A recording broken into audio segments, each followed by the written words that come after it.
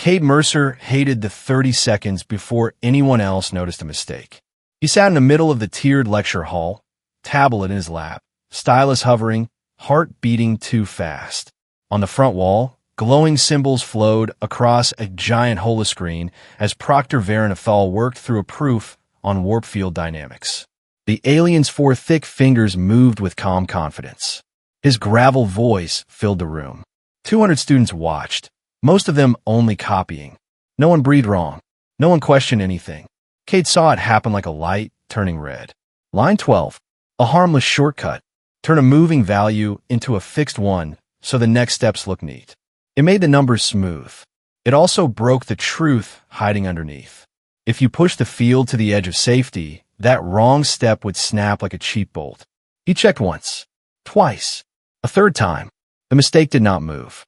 Around him, species from half the Concord crowded their seats. A scaled pair of Lyrans tapped quick notes. A gas breather in a travel suit hummed softly. 2 human exchange students sat apart from each other, trying to look invisible. Cade was one of 20 humans invited to the Emberfall Athenaeum this year. Humanity's first big academic test. Smile. Learn. Do not cause trouble.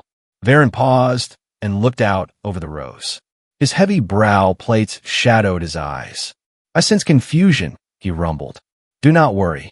The early principles can be challenging for newer minds. His stare lingered on the human seats. Cade felt heat rise in his face. Math did not care about species.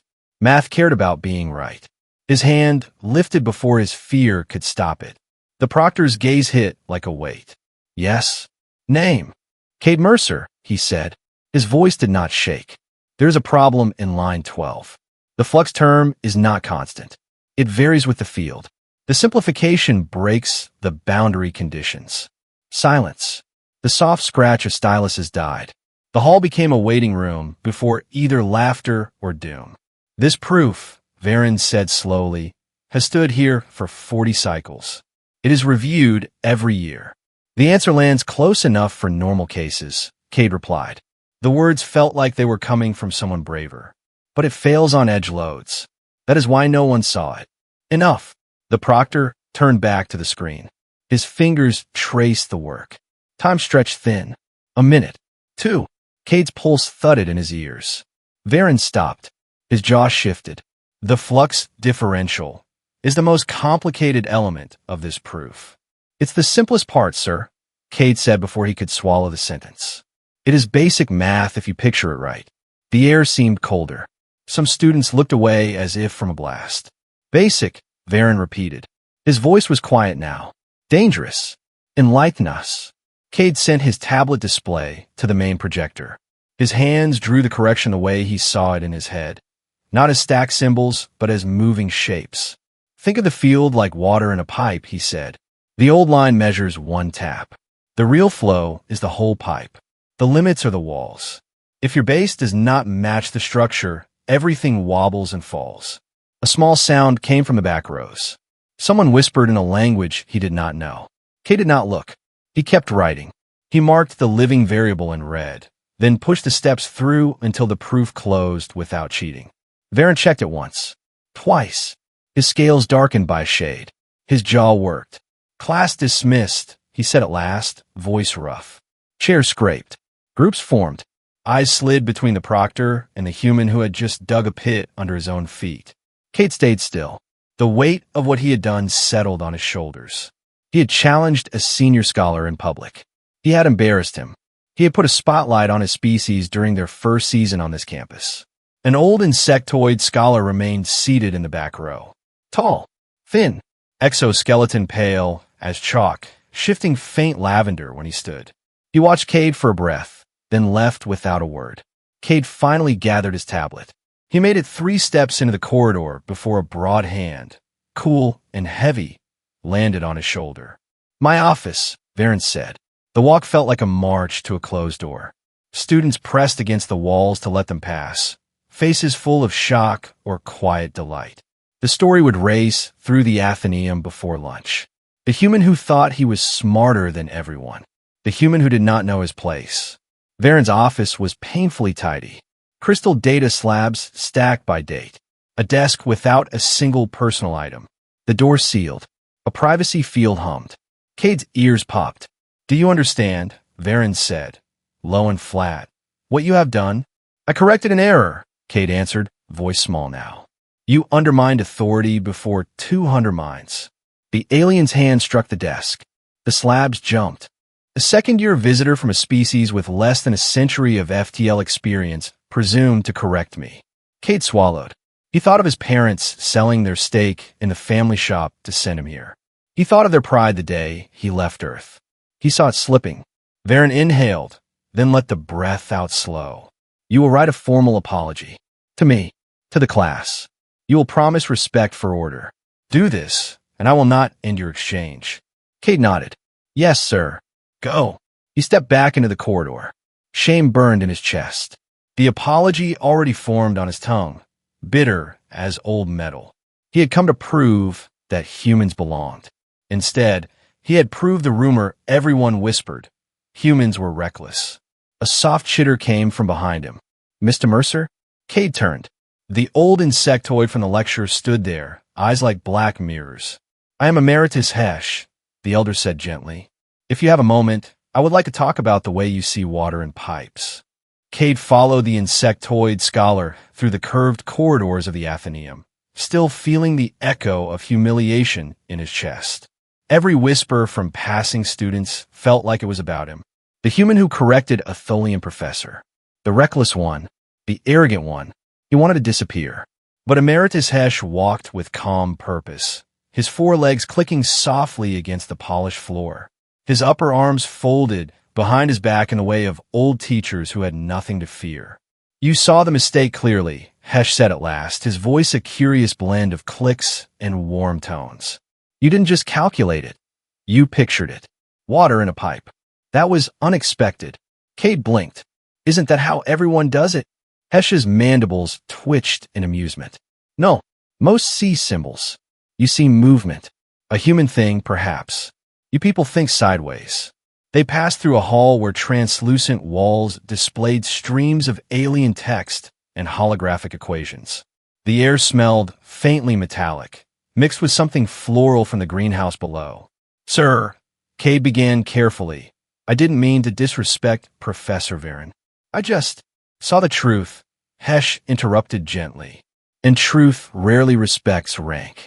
Cade didn't know how to answer. They stopped in front of a large glass door that shimmered with static light. Beyond it, an indoor forest stretched under artificial suns, the Operatorium, the living heart of the university. It was where plants from hundreds of worlds grew together, each species adapted to its own small climate bubble. The door opened with a soft hiss. They stepped inside. "Do you know," Hesh said, walking beneath glowing vines, "that the Concord invited humanity not for your technology, but for your unpredictability?" Cade frowned. "We were told it was for our adaptability and culture." Hesh gave a low, amused hum. "The polite version. The real reason is that every Concord species evolved in straight lines. Fire to steel, steel to plasma. Predictable paths. You humans, you jumped from flight to space in 70 years. You built nuclear engines before you learned clean fusion. You even made art from chaos. You are a disruption, and that is what we need."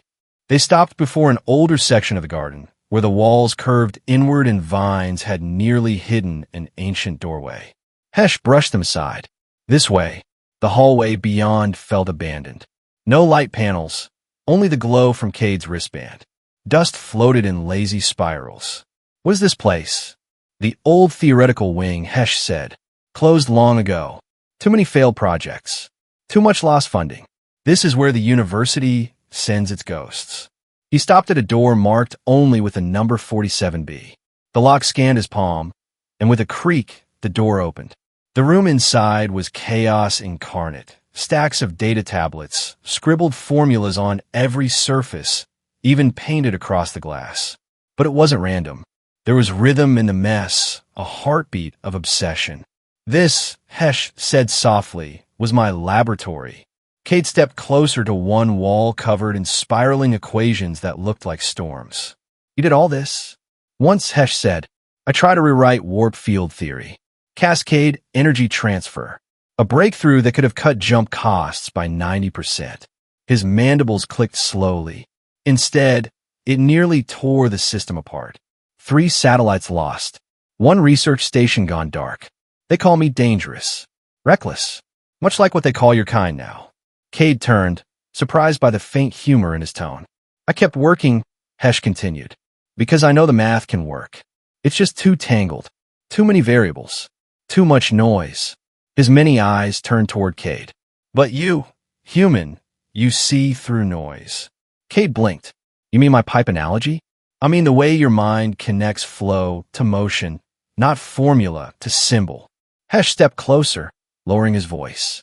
Help me rebuild it. Help me see it through your eyes. Not as numbers, but as movement. Cade's breath caught. You want me to help you with warp theory? I'm a second-year student. And I, Hesh said, smiling faintly, am a washed-up professor with nothing left to lose. Together, that makes us perfect. Cade laughed once, nervous, disbelieving. If Varen finds out, he'll have me shipped back to Earth. Then we will be careful. Hesh's tone softened. Evenings, weekends, quietly. But if we succeed, it will change everything. The old insectoid picked up a cracked tablet and wiped its screen clean. Look, Cade Mercer. Look at the pattern beneath the equations. Cade stared. Amid the chaos, he saw it. The faint spiral of order hiding in the noise, a shape like galaxies turning inside out. For the first time since that humiliating lecture, his pulse quickened not from shame, but from wonder. Maybe, just maybe, the human way of seeing things differently wasn't a weakness. It was the key. The old lab smelled of dust and forgotten years. Dim light from a cracked ceiling panel painted long shadows across the walls, and Cade felt like he had stepped into a piece of history, one that shouldn't exist anymore. The silence here was different from the lecture halls above. It was heavy, secretive, almost alive. Hesh moved carefully between piles of old data slates, each glowing faintly with locked equations and half-finished models. His every step was precise, as if he knew exactly where not to tread. This place, he said quietly, was meant to be sealed forever. But progress rarely respects doors. Cade traced his fingers across a dusty whiteboard covered in spiraling math. Unlike any human notation, it was both elegant and chaotic, as if 1,000 patterns were trying to speak at once. You really think this theory can work? He asked, his voice low. I know it can, Hesh replied, opening an old terminal with a click of his clawed fingers. Cascade theory is not wrong. It's just incomplete. The foundation is sound, but the structure collapsed because our minds could not hold its shape. The terminal flickered to life, showing a holographic diagram, a shimmering sphere made of interlocking lines, spinning slowly. It pulsed with light, breathing almost like a heart. This is what the cascade was meant to be, Hesh said. A stable field that folds gravity through itself, creating motion without energy loss. We try to make perfection, but perfection demands simplicity. Cade stared, mesmerized. It's beautiful. Hesh tilted his head. And impossible, unless someone finds a simpler language to describe it. Cade frowned, stepping closer to the hologram. The lines twisted in impossible ways, bending through themselves like water eddies. You're describing a system of infinite motion, he murmured. But the variables, they fight each other. Hesh's eyes flickered in interest. Explain. Cade pointed at the projection. You're treating these flux lines as separate entities, when they're actually connected, like currents in the same ocean. If you stop measuring them individually and see them as parts of one flow, the pattern stabilizes. The professor stared at him for a long moment. Then, without a word, he opened another layer of the model and let Cade manipulate the variables. The room filled with a low hum as the hologram adjusted. Lines that had previously danced in chaotic loops now began to spiral smoothly around a single glowing axis. The light brightened, forming a clear center. There, Cade said softly. You see it. It's not infinite. It's self-balancing. Hesh stepped forward, his mandibles tightening in awe. You're seeing the field as a living system, he said. Not as numbers. Cade gave a small shrug. It's how I was taught to think. My mom used to build water pumps. She said math means nothing unless you can feel what it does. The old scholar laughed, a strange chittering sound that echoed warmly through the room. Your mother was a better physicist than most who hold degrees here. Cade smiled faintly, but the weight of what they were doing pressed at the edges of his thoughts. If someone finds out about this, they won't, Hesh said firmly. This place is invisible. The Athenaeum buried it in shame years ago. We work in the cracks of history now. Hours passed unnoticed. They ran simulations, rewrote models, and argued over small variables that meant everything. The Cascade sphere glowed brighter each time they refined it, stabilizing for longer before collapsing back into static. Finally, after what felt like an eternity, Cade leaned back, eyes aching. It's close, he said, but it keeps breaking when we push the edge conditions. Yes, Hesh murmured, like your Professor Varen's mistake, a dynamic value treated as constant. Cade's gaze snapped toward him. You mean the same concept? Hesh nodded slowly. Perhaps your correction was not a small classroom error, Cade Mercer. Perhaps it was the same wound that broke my theory 20 years ago. The realization hit Cade like a surge of electricity. What if that single correction, that basic math, was the missing key the Concord's brightest minds had missed for decades? He stood, staring at the glowing sphere as it pulsed faintly in the air. If this works, it will not just change warp theory, Hesh said, his voice almost reverent. It will change how the galaxy understands motion itself. But beneath his words, Cade could sense another truth, a warning.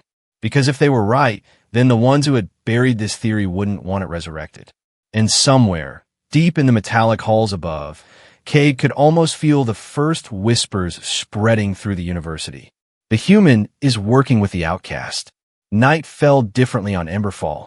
The twin moons cast pale blue light across the university's towers, turning every window into a mirror of ghostly reflections. Cade walked alone through the empty corridors, his wristband dimmed to avoid attention. Every step echoed too loud. Every corner felt like it might hide someone watching. He had promised himself he wouldn't come back here.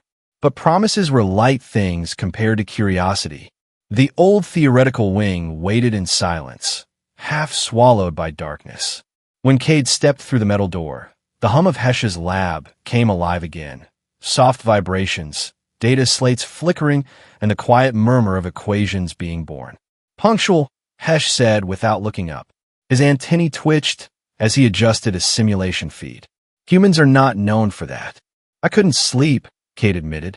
My brain won't shut up since we stabilized the model. Good, Hesh replied. That means it's working on you as much as you were working on it. He gestured toward the central hologram. The Cascade sphere had evolved. No longer just lines of light. It now pulsed with layers, swirling energy like molten glass, turning in slow motion. Tiny arcs sparked within it, forming miniature storms that folded in on themselves. Cade stared, mixing with fear. It's alive.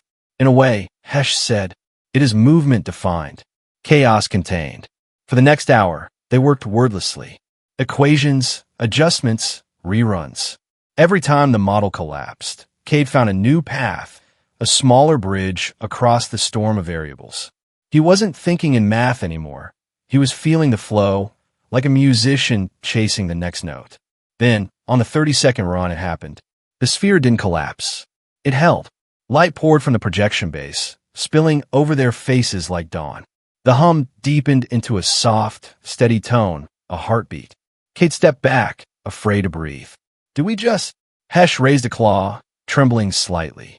Stable resonance, he whispered.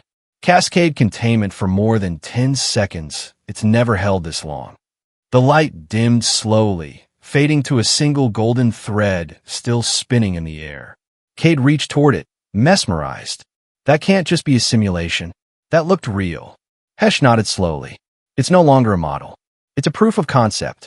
He turned toward Cade, eyes gleaming. You realize what we've done? Cade's pulse raced. We've proved warp curvature can sustain itself. We've made a self-balancing field. The professor's mandibles clicked in quiet excitement. We have rewritten the laws of motion themselves, and humanity's primitive intuition just solved a century-old impossibility. For a moment, neither spoke. Then Cade laughed softly, not from joy but disbelief. We can't tell anyone. Varen would bury this in a heartbeat. Or worse, Hesh murmured. They would steal it and erase us both. Cade frowned. Steal it? Do you know how much power is behind Concord Science Councils? The old scholar said bitterly. I was silenced once for daring to suggest cascade theory might threaten their patents on standard warp technology. If they learn the theory lives again. The lights flickered. Both froze. Hesh quickly shut down the projector, plunging the lab into shadow. They're scanning the lower levels, he whispered. Someone triggered a surveillance pulse. Cade's throat went dry. Are they looking for you or for me? Does it matter? Hesh snapped quietly. If they find us together, both answers are death sentences for our careers. The hum passed, then faded. The lights stabilized. The danger, for now, seemed to recede. Cade exhaled shakily. How long can we hide this? As long as we must, Hesh said. Until it's ready. Until no one can deny what it is. He handed Cade a small crystal drive. Its surface glowed faintly with blue circuits. Take this. Backup of today's model. Do not connect it to the campus net. Keep it somewhere human. Cade turned the drive in his fingers, feeling its weight. What happens if we fail? Hesh smiled faintly, the expression alien but oddly human. Then the galaxy keeps sleeping. But if we succeed, Mr. Mercer, he looked back at the darkened projector, where faint sparks still danced. They will wake to a universe rewritten by human hands. As Cade left the lab, the corridors felt colder than before. The moons outside hung lower like watching eyes.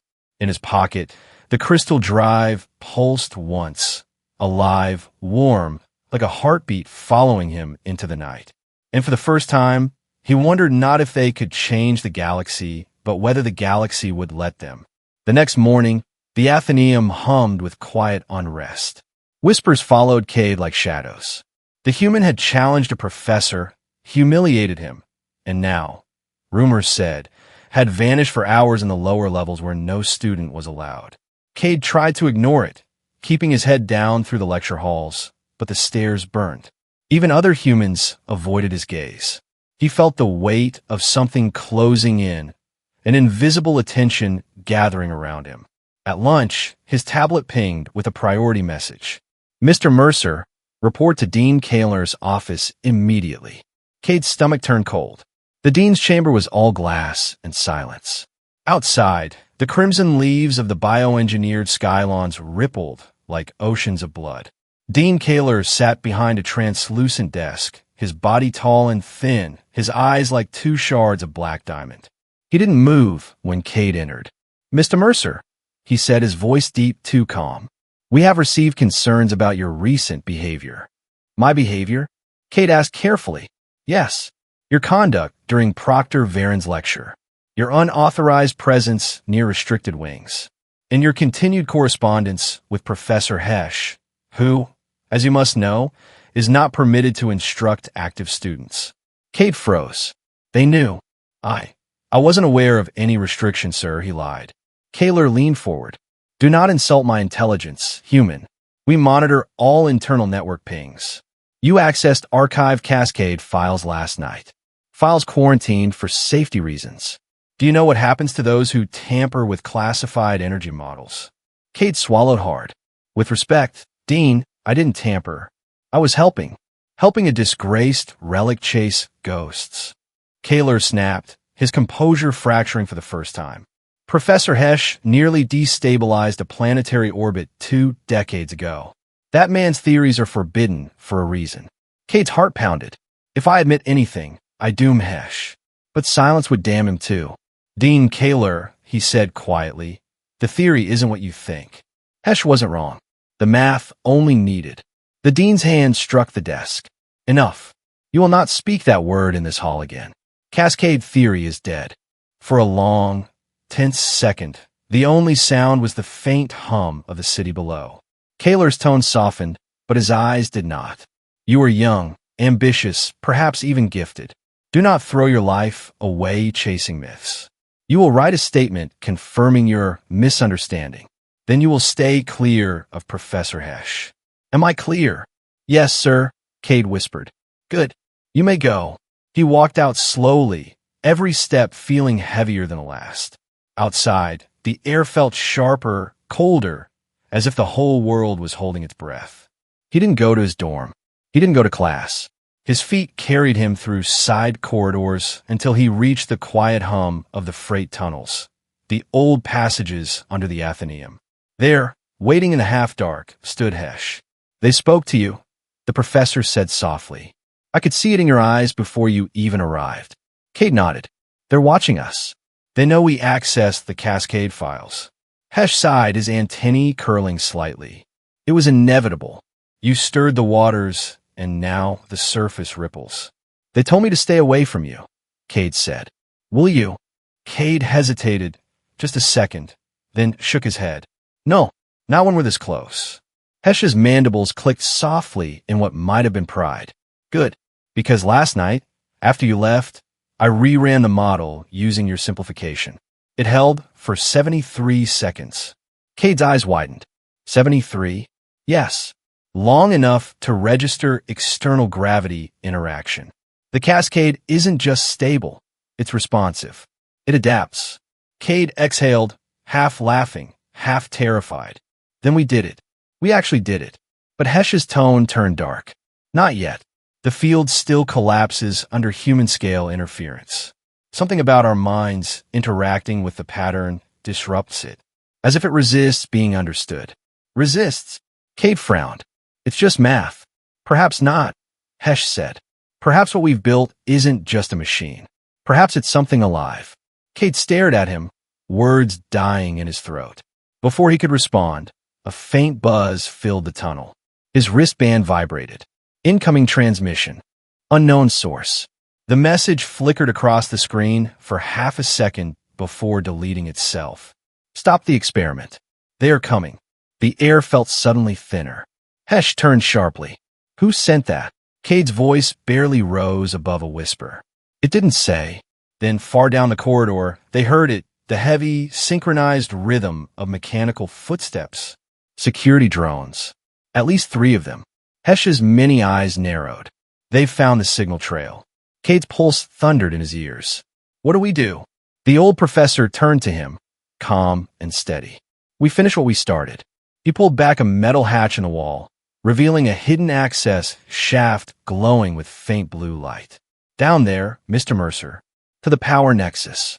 That's where the cascade becomes real. Cade hesitated only a heartbeat, then followed. The hatch sealed behind them, cutting off the echo of footsteps. The drones arrived moments later, too late. Inside the shaft, the light pulsed in rhythm with Cade's heartbeat. For the first time, he realized what they had created might not just rewrite physics.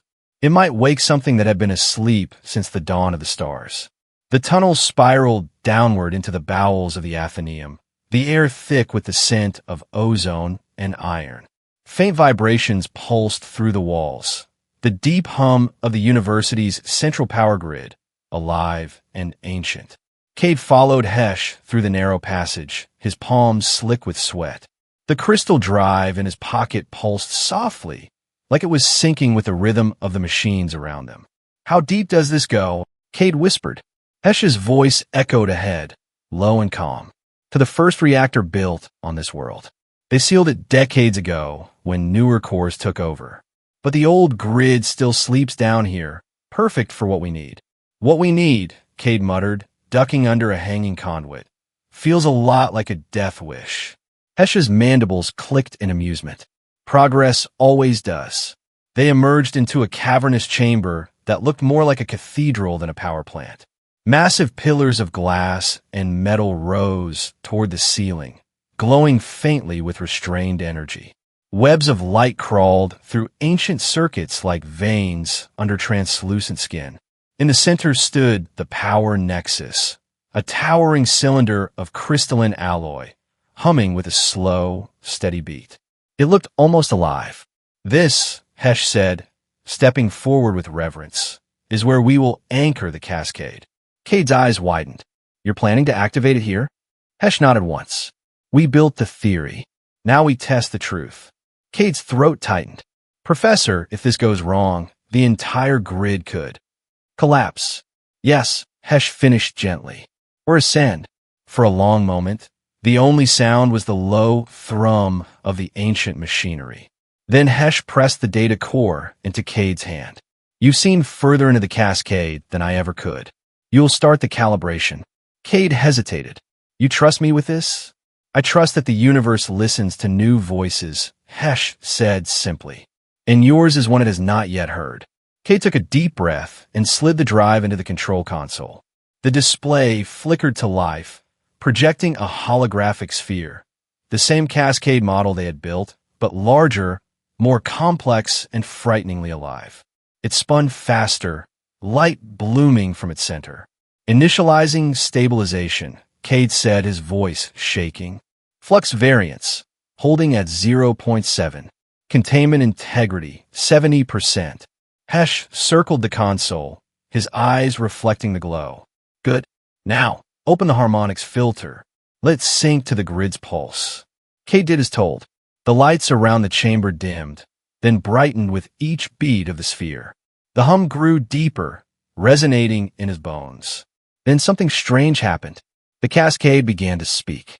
Not in words, in feeling. Waves of emotion rippled through Cade's chest. Awe, fear, wonder, recognition.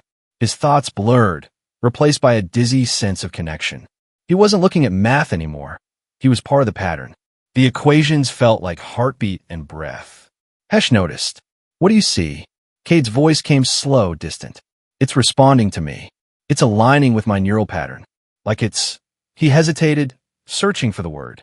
Learning. The old professor froze. Learning.